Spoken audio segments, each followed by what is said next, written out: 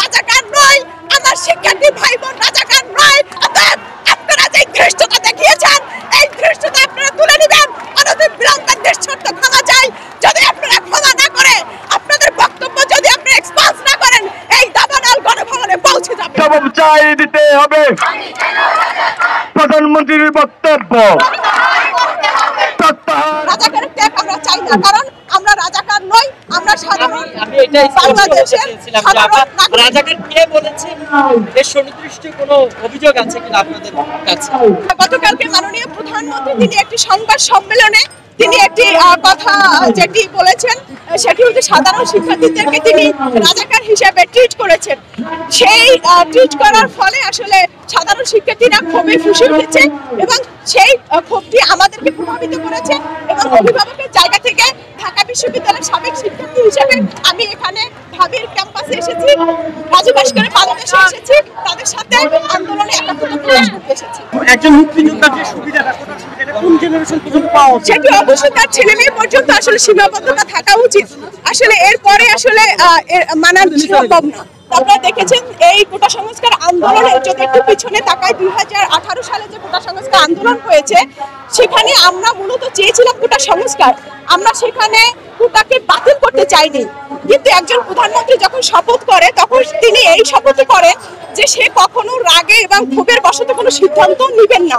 কিন্তু সেই শপথ ভেঙে তিনি তৎকালীন প্রধানমন্ত্রী 2018 সালে তিনি সংসদে দাঁড়িয়ে বলেছেন যে কোটা নিয়ে যেহেতু এত অভিযোগ, সেক্ষেত্রে কোটা চাই না, কোটাকে আমরা বাতিল করে দিচ্ছি। সেই পরিপত্রটি আবার আদালতের ঘাড়ে বন্দুক রেখে বর্তমান সরকার আবার সেই কোটাকে 2024 আবার পুনর্বহাল করেছে। সেই থেকে আসলে এই আন্দোলনটি শুরু হয়েছে। আমরা 2018 সালে কোটা সংস্কার আন্দোলন করেছি এবং এখন একটি রাজনৈতিক ব্যানারে আছি। তাই বলে আমরা শুরু থেকে রাজপথে ছিলাম না, কারণ অনেক সময় হলুদ মিডিয়া যারা রয়েছে কিংবা ভিন্ন মতে যারা রয়েছে, সরকার দলীয় যারা রয়েছে, তারা এই আন্দোলনকে রাজনৈতিক ট্যাগ দিবে বলে আমরা আসিনি। কিন্তু গতকালকে সংবাদ সম্মেলনে প্রধানমন্ত্রী যে কটূক্তি করেছেন, আমাদেরকে সাধারণ শিক্ষার্থী দিয়ে আমার অনুজকে এবং সাধারণ বাংলাদেশের সকল মানুষকে যেটি বলেছে সেটি আমাদের মেরুদণ্ডকে আঘাত করেছে। এই বাণী ইতিহাসে হয়ে থাকবে।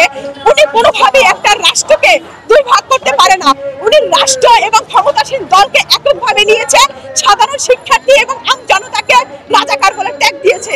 সেজন্য আজকে ঢাকা বিশ্ববিদ্যালয়ে আপনি দেখছেন গতকালকে রাত্রে বেগম রোকেয়া হল থেকে, ইডেন মহিলা কলেজ থেকে এবং বুয়েট থেকে হলের গেট ভেঙে সাধারণ শিক্ষার্থীরা রাজপথে এসেছে। আমি ঢাকা বিশ্ববিদ্যালয়ের সমাজ কল্যাণ বিভাগের সাবেক ছাত্রী, আমি বুয়েট মন্ত্রী হলে একাস্ট ছিলাম। আমার এরা অনুজ, আমার ছোট ভাই বোন। আমি এখানে সাবেক শিক্ষার্থী হিসেবে তাদের সাথে আমি একাত্মতা পোষণ করতে আজকে রাজপথে এসেছি। সিদ্ধান্ত একটা। আমি গণ অধিকার পরিষদের উচ্চতর পরিষদের সদস্য হিসেবে কাজ করছি, তাই বলে এতদিন আসিনি, কিন্তু এখন এক্সট্রিম লেভেলে চলে গেছে। আমি যেহেতু শুধুমাত্র রাজনৈতিক দলের একজন সদস্য নয়, সেই সাথে আমি ঢাবির সাবেক শিক্ষার্থী, আমার অধিকার আছে। আমি এই দেশের নাগরিক, আমি এই দেশের জনগণ, আমার অধিকার আছে। আমি রাজাকার নই, এটি বলার অধিকার আমার 100% আছে।